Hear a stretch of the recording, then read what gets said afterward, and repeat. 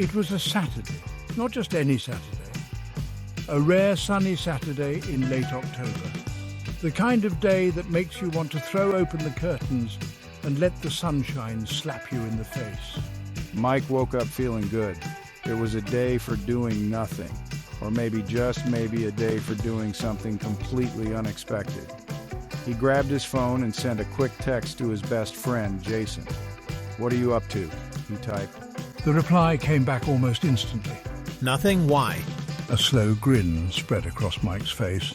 This was going to be good. Mike and Jason, partners in crime since elementary school. Their biggest worry was who got the bigger slice of pizza or the first to ride the red swing. Always getting into mischief, always there for each other. Over the years, not much had changed. Their bond remained unbreakable. They were each other's constant, a source of unwavering support. They knew each other's flaws and fears, yet their friendship grew stronger. They had an uncanny ability to read each other's minds. One look, a shared glance, and they knew exactly what the other was thinking. Sometimes they didn't even need to speak. Today the air crackled with anticipation. They both needed a break, an escape from the monotony of everyday life. Mike tossed a duffel bag into the car, feeling gratitude for his best friend.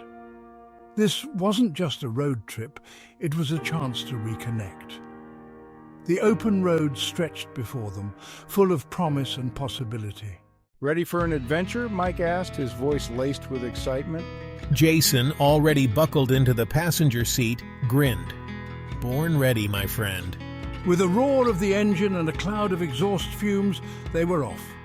The windows were rolled down, letting in the crisp autumn air. Mike cranked up the radio, and soon the car was filled with the sounds of their youth. They sang along at the top of their lungs, their voices blending in a gloriously off-key duet. The miles melted away as they drove, the landscape blurring into a kaleidoscope of colours. Just two best friends, the open road, and a whole lot of possibilities. And as the sun began its slow descent towards the horizon, Mike knew that this was only the beginning of their adventure.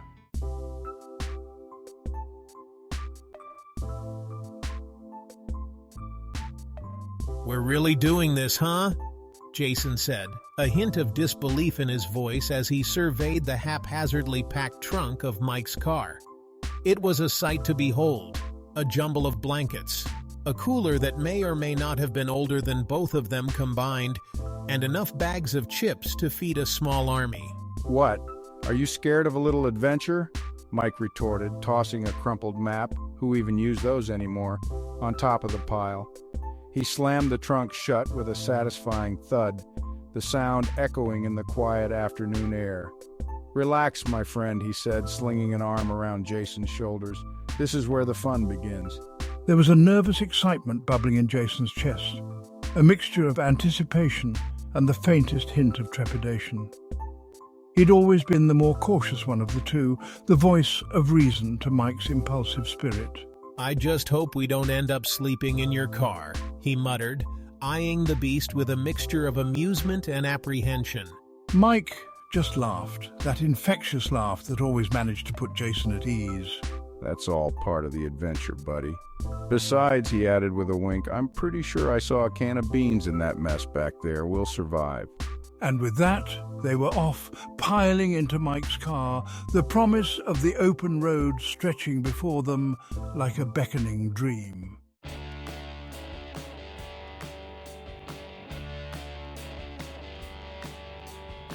The old car roared to life, the engine coughing and sputtering like a grumpy dragon before settling into a steady hum. "Oh man, I haven't heard this song in ages," Jason exclaimed, drumming his fingers along to the beat. His earlier apprehension was fading fast, replaced by a familiar sense of carefree joy. They were like kids again, cruising down the open road with their favorite tunes blasting and the wind whipping through their hair. They sang along to every song, their voices blending in a gloriously off-key harmony that could have cleared a room, or at least sent nearby wildlife scurrying for cover. They knew they were terrible, but that only made it more fun. They belted out the lyrics with gusto, laughing hysterically at each other's missed notes and exaggerated dance moves. As they drove, the outside world faded away. The houses and trees became a blur of green and brown, the sun a warm presence on their skin. The only thing that mattered was the music, the laughter, and the easy camaraderie of two best friends on an impromptu adventure. It was in these moments, surrounded by the familiar comfort of their shared history, that Mike and Jason felt most alive, most themselves. The open road stretched before them, a ribbon of asphalt leading to the unknown, and they were ready for whatever lay ahead.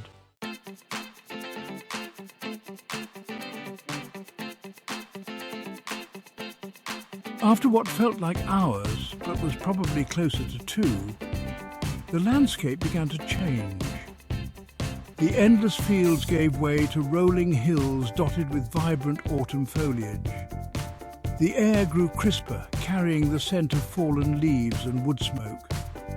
And then, as they rounded a bend in the road, they saw it, a small town nestled in the valley below, seemingly every building draped in shades of orange and yellow. Whoa, check it out! Jason exclaimed, pointing at the town. From their vantage point, it looked like a scene from a postcard, quaint houses with pumpkins lining the porches, colourful banners strung across the main street, and a steady stream of cars heading towards what looked like the heart of the festivities. As they drove closer, the sounds of laughter and distant music reached their ears. The air was thick with the smells of cinnamon, roasted nuts, and something distinctly pumpkin-spiced. What do you think they're celebrating? I don't know, but it smells amazing. Jason replied, his eyes wide with curiosity. They followed the flow of traffic, their car joining a long line of vehicles heading towards the town square. As they got closer, the reason for the celebration became abundantly clear. They were in the midst of a full-blown fall festival, and pumpkins were the undeniable stars of the show.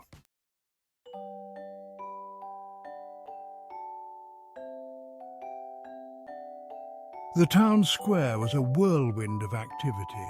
Kids in costumes dashed between booths, their faces painted with intricate designs. Vendors hawked everything from pumpkin-shaped candles to steaming mugs of apple cider. And in the center of it all, a crowd had gathered around a large hay bale-lined arena. What's going on over there? Let's go see. Jason said, already leading the way through the crowd. They squeezed their way to the front, and a handwritten sign explained it all. Pumpkin carving competition.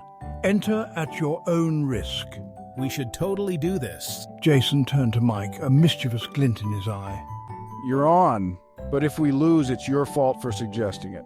Mike, never one to back down from a challenge, grinned. They quickly signed up, grabbed a couple of pumpkins from the designated carving arsenal, and found themselves a spot at one of the rickety picnic tables provided. Neither of them had any real artistic talent, but that didn't dampen their enthusiasm. They dug into their pumpkins with gusto, sending bits of orange flesh flying through the air. An hour later, their creations were, well, let's just say they weren't exactly masterpieces. Mike's pumpkin resembled a lopsided alien with one eye bigger than the other, while Jason's attempt at a scary jack-o'-lantern looked more like a surprise potato. They were covered in pumpkin guts, their hands stained orange, and their sides aching from laughter. Well, we're definitely not winning any awards. Nah, but who cares? This is way more fun than I thought it would be. And he was right. In that moment, surrounded by the chaos and laughter of the festival, nothing else mattered.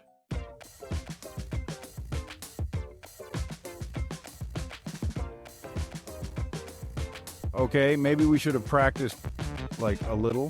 Where's the fun in that? Besides, look at that kid over there. If he can do it, we can too. This is war, my friend. Pumpkin war.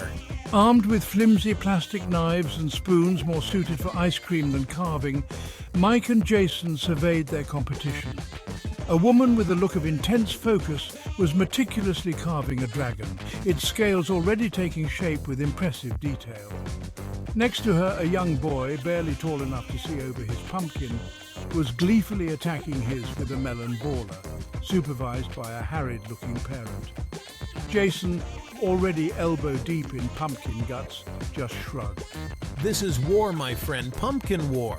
And so, the battle commenced. Mike, ever the optimist, decided to go for ambition over precision.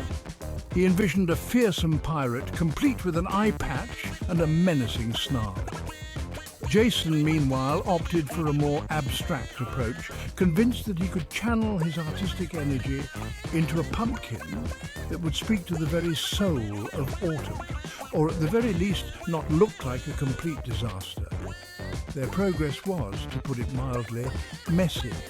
Pumpkin innards flew through the air, landing on their clothes, in their hair, and even, much to Jason's disgust, in his mouth. I think I just ate a pumpkin eyeball. Dude, gross! But despite the chaos and the questionable artistic choices, they were having a blast. The competitive spirit was alive and well, fueled by friendly jabs and the shared joy of creating something utterly ridiculous.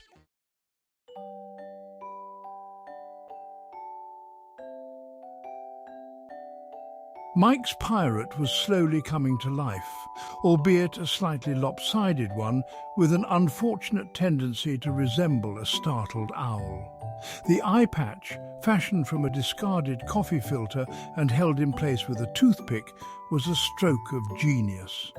The snarl, however, proved to be a more elusive goal. Why does he look so surprised? Pirates aren't supposed to be surprised. They're supposed to be, piratey. He's not surprised. He's cunning. He's plotting his next move. He's got something in his teeth. Is it a piece of pumpkin? Jason inquired innocently, nodding towards Mike's chin where a suspicious orange blob had taken up residence. Mike brushed it away with a sheepish grin. Maybe. Look, this is harder than it looks, okay? Carving a pumpkin is an art form. It requires precision, a steady hand, and a complete disregard for anatomical accuracy. Jason burst out laughing, and even Mike couldn't help but chuckle at the absurdity of their situation. His pirate may have had a wonky grin and an air of perpetual bewilderment, but it was theirs, a testament to their friendship, their shared sense of humor, and their willingness to embrace the ridiculous.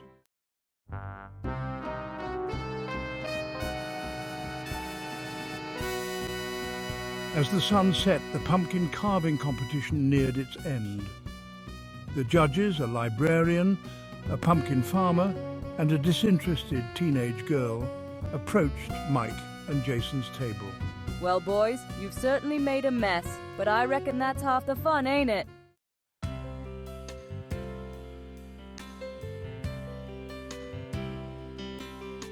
Pumpkin glory or not.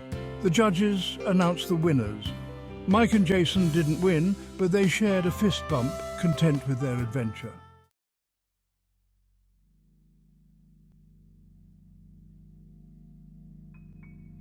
As the festival wound down, Mike and Jason found a quiet spot, sipping cider and watching the sunset. That was actually pretty fun.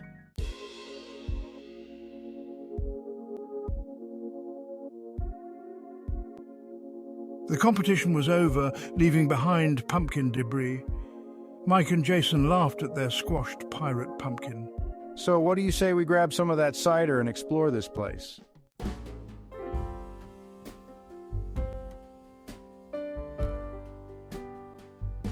The festival glowed with fairy lights and laughter. Mike and Jason strolled, enjoying the crafts and pumpkin treats. Look at this.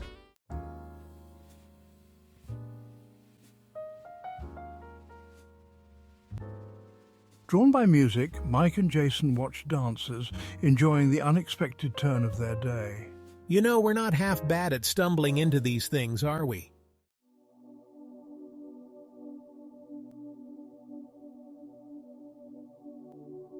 As the music faded, Mike and Jason decided to hit the road, embracing the freedom of no particular plan. Who knows? That's the beauty of it, isn't it?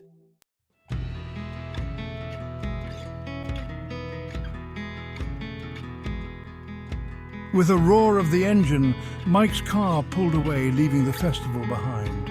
They had no destination, just the open road and endless possibilities.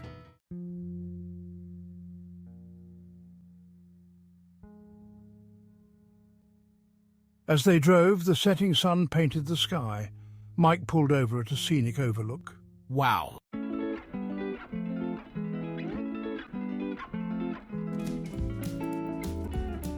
Just drive. No destination, no agenda, just us and the open road. Mike smiled, understanding the allure of the day's freedom.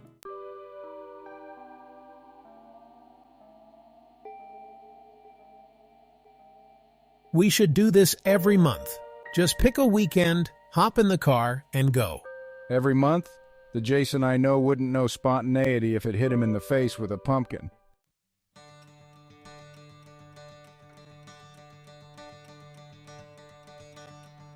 Maybe it's time this old dog learned a new trick. Jason retorted, a playful glint in his eye. He was surprised by how much he meant it. The day had been a revelation, a reminder that sometimes the best experiences were the ones that weren't planned, the ones that unfolded organically, driven by nothing more than a shared sense of adventure and a willingness to embrace the unknown. All right, challenge accepted. Next month, it's your turn to pick the direction. They shook on it, a silent pact sealed beneath the watchful gaze of the stars. As they finished their cider, the air grew cooler, a gentle breeze whispering through the trees. It was time to head back, to rejoin the world they had left behind, but they both knew that something had shifted between them. They had stumbled upon something precious, a reminder that life wasn't meant to be lived solely on a schedule, that sometimes the most fulfilling journeys were the ones that took you by surprise. Mike tossed the empty cider containers into the back seat, the clinking sound a sharp counterpoint to the stillness of the evening. As he slid behind the wheel, the car's engine turning over with a familiar rumble, he glanced at Jason, a silent question passing between them. Let's get lost, Jason said, his voice filled with a newfound sense of freedom. And with that, they pulled away from the overlook, the open road stretching before them, a ribbon of possibility leading towards a future painted with the promise of more shared adventures. As Mike steered the car onto the highway, the lights of the small town shrinking in the rearview mirror, a sense of peaceful contentment settled over them. The day's adventures, the laughter, the sheer randomness of it all seemed to linger in the air between them. The world, bathed in the soft glow of the moon, seemed different now, imbued with a sense of possibility. You know, I haven't laughed that hard in ages. Me neither. They lapsed back into silence, each lost in their own thoughts, but the silence wasn't empty. It was filled with the echoes of shared laughter, the warmth of a friendship that had weathered the storms of time. The miles ticked by, the steady hum of the engine, a soothing lullaby as the night deepened around them. Jason watched as the landscape blurred into a kaleidoscope of shadows and moonlight. He realized that the open road wasn't just a physical destination, but a state of mind. It was a willingness to embrace the unknown, to step outside the confines of routine and expectation. He glanced over at Mike, his friend's profile illuminated by the soft glow of the dashboard lights. He saw the easy way Mike handled the car, the way his gaze drifted towards the horizon. He knew without a doubt that Mike understood. As the first hint of dawn painted the eastern sky, Jason felt a sense of gratitude wash over him. Gratitude for their friendship, for the shared history that had brought them to this point. They carried the open road within them now, a reminder that adventure was a state of mind.